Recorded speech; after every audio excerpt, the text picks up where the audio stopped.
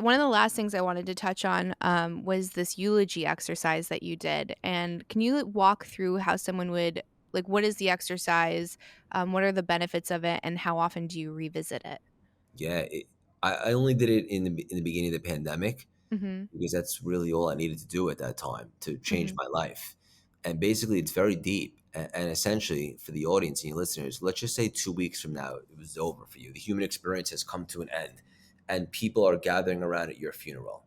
Number one, who would be there? And number two, what would be said? What would be the consensus? Did you leave a legacy? Did you make an impact? Did you make a contribution? Did you have great relationships? And this is where you can really collect honest inventory and do a deep dive. And you have to be brutally honest. That's the only way this is going to work. And for me, when I did that, the honest truth was is that I did not leave a legacy. I did not make much of an impact. I did not contribute to the world, and my relationships were all right, if I'm being honest. And so I'm like, I can't go out like that. So what I want to do is find out what I love and what I'm good at, and contribute and make an impact. I know the money will come, or I believe it will, and go from there.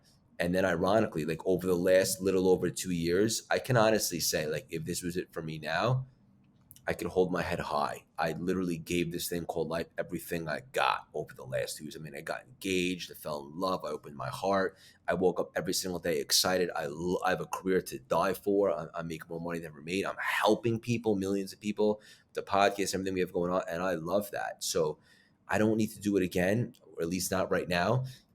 But for me, I needed to really do some inner work and reassess and kind of get a different vantage point. And for anyone out there that's listening to this that doesn't feel so happy or excited, it's a great time to take some inventory and see if you check some of those boxes: impact, legacy, contribution, relationships. And if not, what are you going to do about it? Mhm. Yeah, and you can start small too, right? It's not necessarily quit your job and create a startup and bootstrap the whole thing. It's maybe you just spend some of your free time on a hobby and develop that and see if that's where you want to go. Or maybe it's just weekends, or maybe you volunteer somewhere.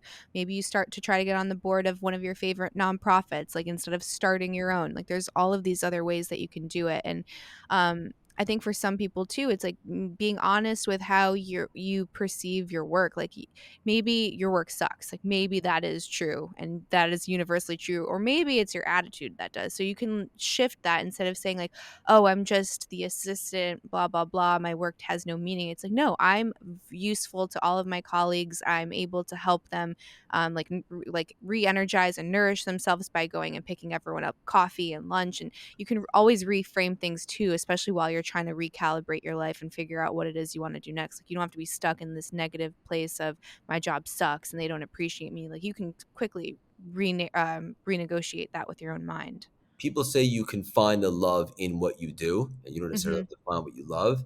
I'm okay with that. I Mm-hmm. prefer to find what you love because I believe that you'll make it work. Because the passion is so contagious, and your maniacal drive is going to be unmatched because you love it. But I hear you, and I agree. And also, just touch upon, like, you don't have to totally reinvent your career, burn the ships, and leave your job. You're right. You can see how you can make some more impact or contribution elsewhere, or you can change the supporting characters in your movie and form some new relationships. You could definitely do baby steps. The most important thing is that you have awareness, if you're not where you want to be, to take some inspired action towards getting closer to where you want to be.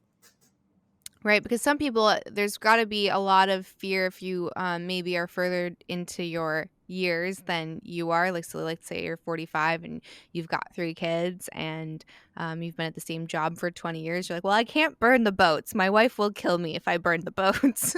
So, how do I move forward in a quote responsible way? That isn't necessarily going to jeopardize like the well-being of the family unit. So there's so many different ways that you can approach it and still I don't know, reinvent yourself and reinvent your life. If it's important to you, you'll find a way. And that might mean canceling your Netflix subscription. And it's not because of the $15 you're going to save a month. It's because of the 2 hours a day you're going to free up. And you can Mhm. allocate that towards side hustle, or a hobby or a passion project, and explore and see where that goes. So I couldn't agree with you more. If it's important to you, you'll find a way. I love that the time that you prioritized time there and not money. I was like, "Oh, he's not gonna say $15, is he? He's not Yeah. gonna say save the $15." Thank God for that. I can't stand those, TikToks and, like, those finance gurus that are like, "If you wanna be a millionaire, stop buying that coffee." I'm like, "Those coffees are not gonna make you a millionaire."